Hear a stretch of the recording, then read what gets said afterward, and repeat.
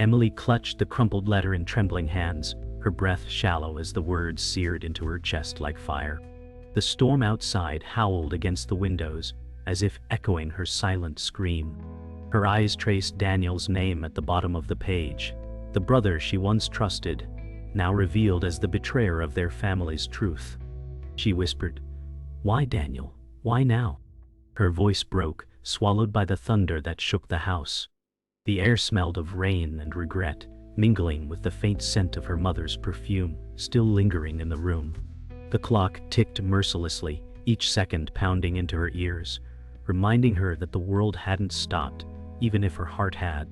Shadows stretched across the walls, twisted by the flicker of lightning, and in that moment she felt like a child again, abandoned, powerless, aching for the warmth of a love that had never lasted. Emily's knees buckled, and she slid to the floor, clutching the letter like a lifeline, and a curse all at once, her tears falling in silence.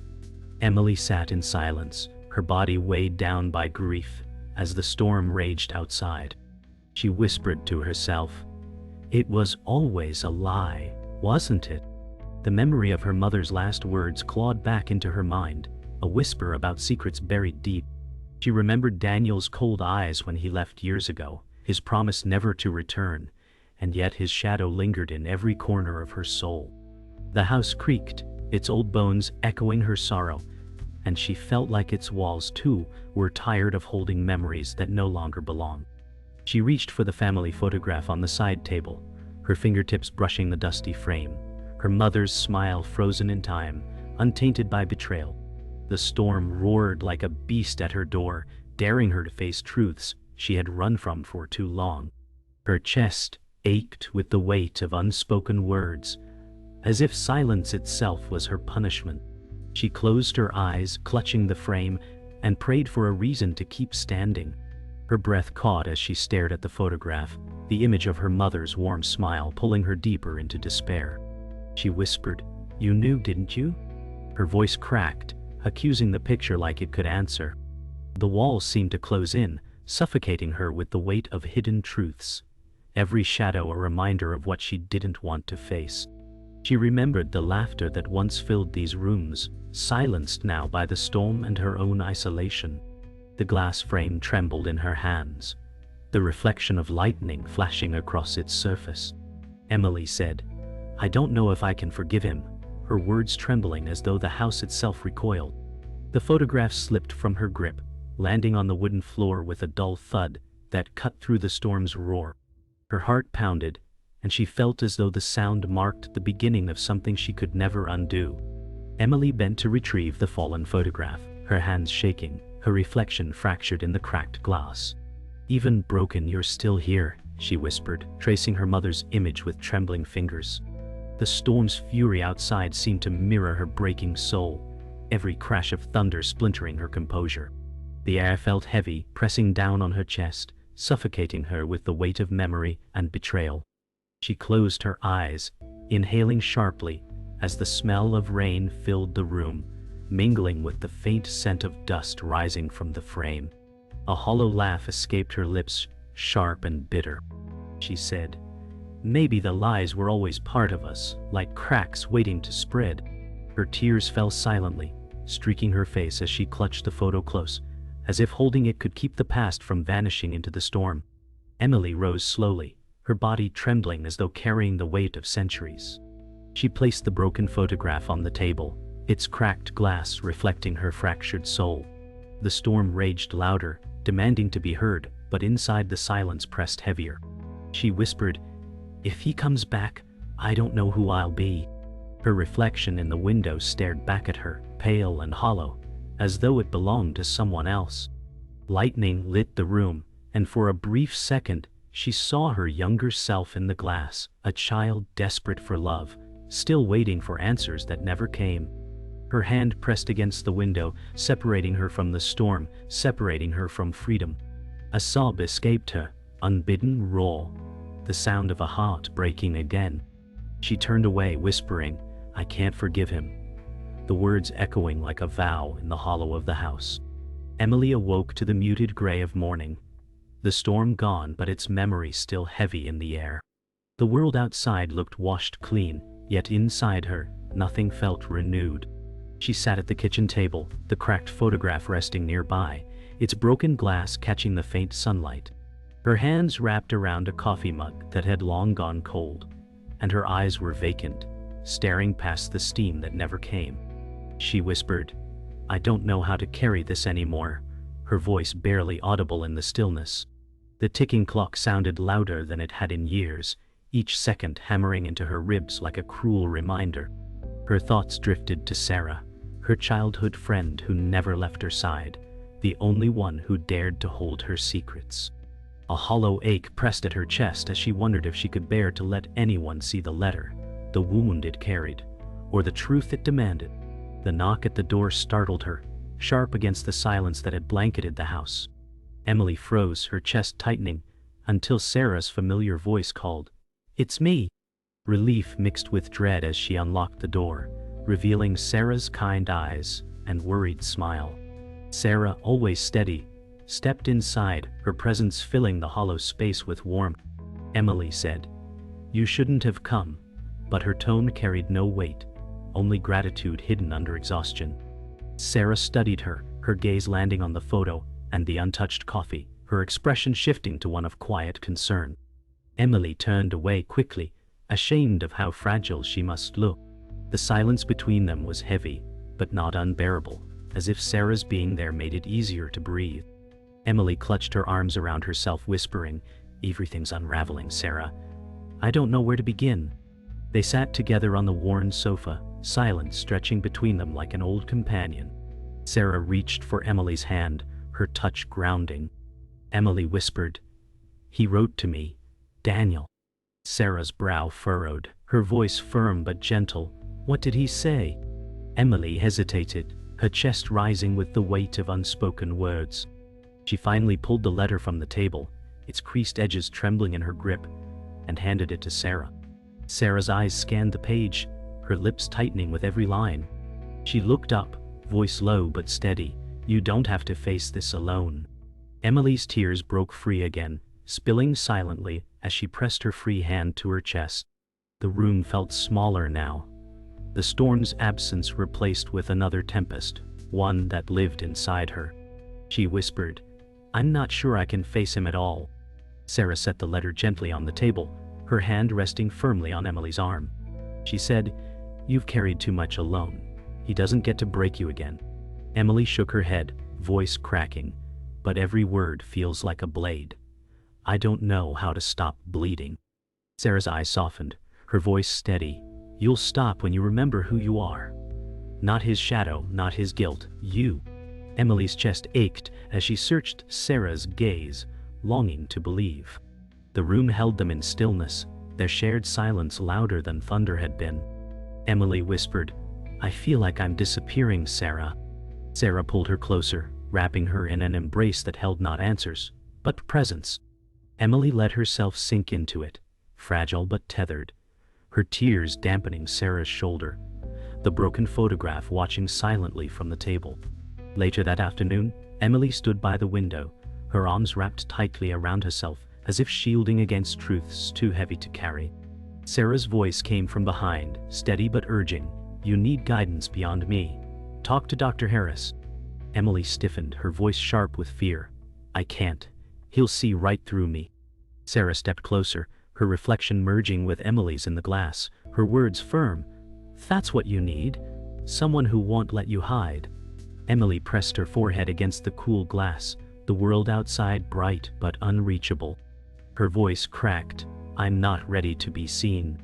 Sarah placed a hand on her shoulder, her touch grounding. "Then let him see the truth," she whispered. Emily closed her eyes, the battle waging inside her louder than any storm, yet her heart whispered a fragile hope that maybe Sarah was right. Emily sat across from Dr. Harris, in the quiet office, her hands twisting nervously in her lap, as if they could strangle the truth she dreaded to speak. The room smelled faintly of leather and old books, shelves lined with memories of other broken souls who had come before her. Dr. Harris leaned forward, his voice steady and calm. "You've been carrying something too heavy alone." Emily's lips trembled, her eyes fixed on the carpet, unable to meet his gaze. She whispered, "Daniel wrote to me. He says he wants to come back." The words tasted like ash on her tongue, bitter and burning. Dr. Harris nodded slowly, his eyes compassionate but piercing, as though he saw through every fragile layer she tried to hold together. Emily's chest ached, her heart thundering louder than any storm, as if speaking his name had brought the past crashing into the present. Dr. Harris spoke with gentle precision. "What do you feel when you think of him returning?" Emily's throat tightened as though the question itself was a noose, her voice breaking into fragments. Fear, anger, maybe, longing. She pressed her palms against her knees, trying to steady the tremor that betrayed her. Images of Daniel's face swam in her mind, the brother who once carried her on his shoulders, now the man who left her bleeding with silence. Her chest rose sharply, words spilling before she could stop them. "I hate him, but I can't stop hoping he'll say he's sorry." The confession left her hollow, stripped bare before Dr. Harris' quiet gaze. He didn't speak at first, letting her words echo, forcing her to sit with their weight. The silence stretched until it became unbearable, and Emily dropped her head into her hands, her tears burning her skin like salt. The session ended with Dr. Harris' words echoing in her mind. Forgiveness is not surrender. It is freedom. Yet as Emily stepped into the daylight, the world felt heavier, not lighter. The sun hung low, the streets damp from the night storm, reflecting broken fragments of the sky. She wrapped her coat tightly around herself, her breath fogging in the cold air as she walked aimlessly through the streets. Every step carried her closer to memories she had tried to bury. Daniel's laughter, Daniel's laughter, Daniel's abandonment. Her eyes caught sight of a familiar figure leaning against a cafe wall, cigarette glowing faintly in the wind. Mark, an old friend turned stranger, his smirk unchanged, his presence like a ghost resurfacing from her youth. He said, "Well, if it isn't the girl who disappeared." Her stomach dropped, his words slicing open wounds she had barely begun to close. Emily froze as Mark stepped closer, his eyes sharp with recognition, but softened by curiosity. She whispered, "You shouldn't be here," her voice trembling with both anger and fear. Mark exhaled smoke, his tone casual but cutting. "Neither should you. You've been hiding too long." The weight of his words pressed against her chest, stirring guilt she thought buried. She said, "You don't know anything about me anymore." His smirk faded, replaced by a look of grim understanding. "Daniel's back, isn't he?" Her breath caught, silence betraying her answer. The truth hung between them, thick and undeniable. Mark's voice lowered, "Urgent now. You need to face him, Emily, or he'll keep haunting you." Her knees weakened, the world spinning around her, his words like a blade twisting deeper. She whispered, "I'm not ready," but even as she said it, she knew the lie in her voice. Emily stumbled back toward her home, Mark's words echoing with every step, like a drumbeat of truth she could not silence. The letter still sat on her table, its ink burned into her memory, Daniel's name a curse she could neither tear apart nor let go. She collapsed into the sofa, clutching a pillow against her chest as if it could shield her from her own unraveling. The air in the house felt colder, emptier, as though Daniel's shadow had already slipped through the cracks. She whispered to the silence, "Why now? Why when I finally learned to breathe without him?" Her voice echoed back, hollow and cruel, reminding her that there was no escape. She pressed her forehead into the pillow, her sobs muffled, raw, and desperate. She was both broken child and weary woman, caught between past and present, afraid that forgiveness would destroy her more than the hate ever had. The letter had haunted her every waking hour, yet Emily never expected the second one that slid under her door one evening, its paper damp from the rain. She froze, the world narrowing to the familiar handwriting scrawled across the envelope. With trembling hands she tore it open, her eyes racing over the words until her breath caught. Her mother had known the truth, had hidden Daniel's betrayal to protect them both. Emily whispered, "She kept it from me. All these years." Her body shook as the walls of her childhood crumbled with each sentence, revealing not just Daniel's guilt, but her mother's silence. The floor beneath her felt unsteady, as if the house itself recoiled from the truth. She collapsed into a chair, her chest heaving, her tears streaming. "You weren't protecting me," she whispered bitterly. "You were lying to me." For the first time, Emily felt betrayed, not just by Daniel, but by the woman she had trusted most.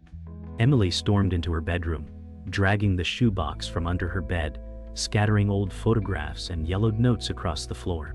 Her mother's handwriting spilled across the pages, confessions hidden for decades.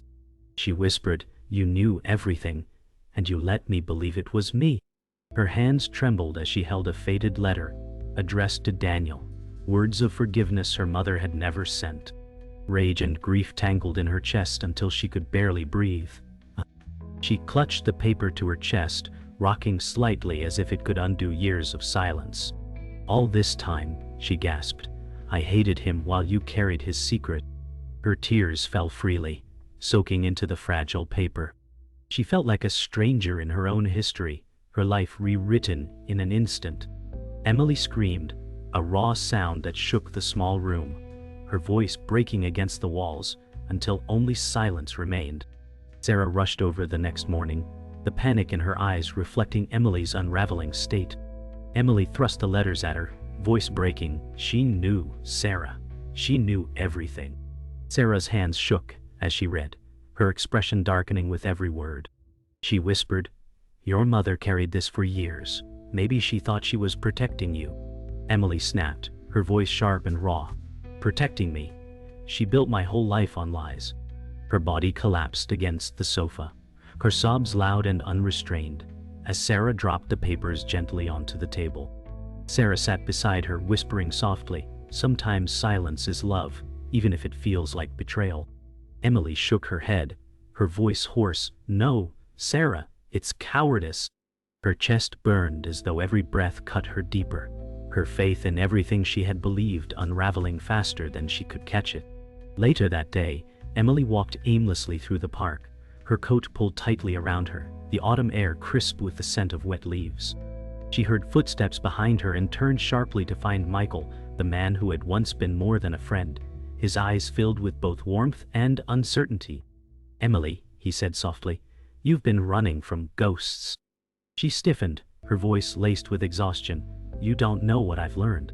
Michael stepped closer, his expression earnest. "Then let me.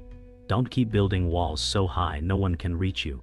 Her throat tightened, his words cutting through defenses she thought impenetrable. She whispered, "It hurts too much to let anyone close." His eyes softened, his voice tender. "Sometimes it hurts more to stay alone." For a fleeting moment, Emily felt the possibility of connection, the fragile reminder that even shattered hearts still long to be seen. That night, Emily sat once more at her table, both letters spread out before her like wounds she could not close. Her fingers hovered over Daniel's signature, the ink dark and unyielding, and then over her mother's words of forgiveness, never delivered. She whispered, "Both of you lied. Both of you left me with the pieces." The silence of the house pressed harder, thicker than the storm that had once raged outside. Her reflection in the window stared back, pale and fractured, as though mocking her attempts to hold herself together. She pressed her forehead to the cool glass, whispering, "Maybe forgiveness was never meant for me." A single tear traced down her cheek, landing on the paper below, blurring her mother's words. Emily's voice trembled in the emptiness. "What do I do with a heart that can't forgive?" The question lingered, unanswered, as the night swallowed her in stillness. Emily agreed to meet Daniel at the old community hall, its paint peeling like memory, the evening air cold enough to sting. She walked across the gravel, each step scraping the silence she had cultivated for years. The lights inside flickered, casting long bands across the dusty floor, as if measuring the distance between them. Daniel waited by the stage, a 36-year-old man with tired eyes, and a jaw set hard against regret he could not swallow. He said, "Thank you for coming," and the word felt obscene in a room built from their childhood fundraisers and faded hope. Emily kept her coat on, arms folded like armor, her voice steady but frayed. "Do not confuse curiosity with mercy." A heater rattled in the corner, coughing warmth that never reached them, while banners rustled like ghosts. She stopped a dozen paces away, refusing the intimacy of closeness, and dust between them rose like a curtain. Daniel reached into his pocket and held up a bundle of letters bound with string. He said, "These belong to you," his voice low, as if afraid the walls would hear and turn away. Emily did not move, every muscle locked as the past crowded the room with the weight of unsent words. She said, "Put them on the floor," and he obeyed, setting them where the stage light split the shadows. The letters lay like contraband between them, and Emily stared until the ink seemed to seethe. She said, "What did you steal from me, Daniel?" Her voice cut the hall in two. Daniel kept his gaze low, a 36-year-old man who had aged in the edges, and said, "Dad wrote you every week before he died. I kept them." The air went thin, a vacuum where sound should live, and Emily swayed as if the floor had tilted. She hissed, "You let me believe he died without a word." Daniel nodded once, a slow surrender. "I was angry. I thought he did not deserve you. I wanted you free of him." Memories crashed like cymbals in Emily's skull. The hospital corridor, the sterile light, the empty mailbox. She said, "You do not get to erase my grief and call it love." He took a step closer and stopped, hands open. "I was wrong, and I punished you for what he did to us." Emily felt the old world buckle as the truth found a seat beside her rage, heavy and merciless. She whispered, "I lost years to silence," and the hall swallowed the sound as if it was ashamed. The heater rattled again, counting the cost no apology could pay. Daniel knelt to the floor as if the weight of his choice lived in his knees, and he untied the string with careful fingers. Emily watched like a guard, afraid to touch what might burn her. He said, "She knew.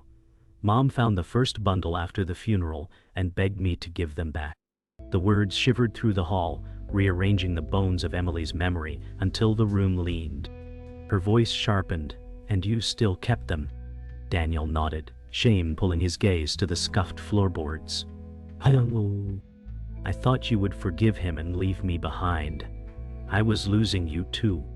The confession cleaved the air, and Emily tasted iron, as if the past had teeth. She said, "You stole my goodbye because you were afraid to be alone." Daniel's jaw trembled, and the letters fanned open like small white doors, each showing a life she could not enter. He whispered, "I cannot fix it. I can only tell the truth." Emily took a step closer and felt the room tilt again, grief and fury braiding inside her, tight as rope. She said, "Read one," because she feared her own voice would fail if she tried. Daniel picked the top letter and unfolded it with hands that had learned to shake. His voice cracked as he read, "Dear M, the nurses say I should write before the morphine wins. I was cruel, and I am sorry." The words hovered like ash above a fire that would not die. Emily felt her knees fail and caught the edge of a chair, the wood biting her palm until she welcomed the pain. Images erupted: the hospital door that never opened, the birthday he missed, the years she learned to harden. She said, "Stop," but he read the next line, "You were always the brave one." Her breath tore out like fabric, and she slapped the letter from his hands, pages snowing across the dusty floor. Daniel flinched, then stood very still, as if movement might break what little remained. He said, "Hurt me if you have to, but hear me. I was wrong to play God with your life." Emily stared at the scattered pages and saw not redemption but wreckage. She whispered, "I needed one word at the end, and you kept it," the admission a blade twisting in daylight. The hall rang with silence, the kind that decides whether love lives or dies. Emily crouched among the scattered pages, their edges frayed like the path she had walked alone. Her fingers hovered, then closed around the last envelope, the one dated the night before he died. She said, "If I read this, I cannot go back to not knowing." Daniel's answer was a whisper with no plea. "Then know, and let the knowing be yours." The envelope yielded with a soft tear that sounded like a seam giving way. Emily steadied her breath. She read silently at first, pupils narrowing as if light itself hurt. Then she forced the words into air. "Emily, forgive me if you can. But live even if you cannot." The line struck like lightning through old timber, and something inside her finally screamed. She pressed the letter to her chest, eyes burning, and faced Daniel with a grief that refused to bow. She said, "I will not absolve you tonight, but I will not let hate own me." Her voice shook, yet it stood, a fragile bridge built in open fire. Daniel closed his eyes, a man sentenced and spared in the same breath. The heater clicked off, and the hall felt newly still, as if the universe had exhaled with her. Morning arrived soft and colorless, and Emily moved through the quiet house like someone relearning her name. She gathered the scattered letters into a careful stack, as if gentleness could rewrite time. The kettle hissed, and she let the sound fill the rooms that once held storms. She said, "I will carry the truth, but it will not carry me." And the words steadied her hands. Sunlight slid across the table, catching in the paper fibers like tiny constellations. She traced a crease and imagined the path her life had bent to avoid. Her chest ached, but the ache felt honest, stripped of performance and blame. She lifted the final letter to the light, and chose not to read it yet, gifting tomorrow a task she didn't owe today. "I will live even if I cannot forgive," she repeated, letting the line become breath. She brewed tea and stood by the window, exhaling the night until the glass cleared. Outside, the world looked rinsed, and inside, the silence felt less like punishment and more like space. Dr. Harris listened as Emily retold the night in the hall, her voice even, her eyes clear but rimmed in fatigue. He said, "Grief loses power when it is named, not denied." And she let the sentence settle in. She admitted, "I wanted absolution to feel like victory, but it felt like work." He nodded, a small kindness that did not promise shortcuts. She spoke of Daniel's confession and her mother's silence, each truth placed like a stone in a riverbed. "I am building a path," she said, surprised by the image, and he smiled as if he had been waiting for it. He asked, "What belongs to you now?" And she answered, "Choice." The room warmed with the word, simple and sovereign. She felt the shape of her life shift from reaction to design, fragile but real. When the session ended, she stood without shaking, and the door felt like a threshold, not an escape. On the sidewalk, she breathed in cold air and did not break. Sarah met Emily at the cemetery gate, their steps slow on the gravel path lined with damp ivy. Emily carried one letter, not to read, but to acknowledge. She said, "I need to speak to the space he left," and Sarah squeezed her hand without comment. At the headstone, Emily knelt and placed the folded paper beneath a small stone, anchoring what used to drift. Wind moved through the trees like a hush practiced by choirs. "Ah," Emily said, "you hurt me and I lived, the sentence clean without theater." She added, "I will not spend the rest of my life proving I survived you, and the earth received it without protest." Sarah's voice was quiet. "That sounds like freedom." And Emily let the words sit beside her grief. They stood together in the thin sun, and did not rush to fill the silence. When they left, the path felt shorter, and Emily did not look back. Michael waited outside the cafe where they once wasted brave summers, his posture open but cautious. Emily approached with the easy wariness of someone who had learned to measure invitations. He said, "I heard you faced him," and she nodded, neither triumphant nor undone. "I faced myself," she said, surprised by the accuracy, and his smile reached his eyes. They spoke about ordinary things first, as if testing whether life could be small and good. He asked, "What do you want from me now?" And she answered, "Honesty, and time that doesn't rush me." The request did not apologize for its size. Michael said, "I can be patient," and she believed him enough to sit. They shared coffee that went lukewarm while stories found new edges. When they stood to leave, he did not reach for her hand, and she did not need him to. The future felt unhurried, which made it possible. Back home, Emily wrote a letter to Daniel and kept a copy for herself, a mirror more than a message. She began, "I will not return what cannot be returned," and felt relief in the admission. She wrote, "I am choosing the life beyond our Father, and beyond your choices." The pen moved without stalling, guided by the spine she thought was broken. She did not promise forgiveness, and did not threaten absence. She offered boundaries clear as glass and kinder than silence. "I will answer when I can," she added, and the line did not shake. She folded the page and sealed it, then placed the copy in a clean folder labeled with the year, not the wound. At the door, she paused and listened to the house, which sounded like rooms again, and not a courtroom. She said, "I am not repaired, but I am building," and turned off the light with a steady hand. Emily joined the slow line at the post office, the stamped envelope to Daniel warming in her palm, like a small coal. Fluorescent lights hummed overhead, steady as a metronome, counting a rhythm she could finally keep. She read the address again, not to doubt it, but to acknowledge the mile between injury and decision. A child dropped coins, and the bright clatter startled a laugh she hadn't heard from herself in months. She said, "This is not forgiveness, this is direction," and the words did not splinter on her tongue. The clerk lifted the envelope, pressed a final seal, and slid it away with a gentle, irrevocable shove. Emily felt the drawer close like a door that didn't slam, a boundary chosen instead of built from fear. Outside, she called Sarah and said, "It's sent," and the line held as if it too approved. Sarah said, "Then breathe." And she did, slow and ordinary, like weather finally breaking.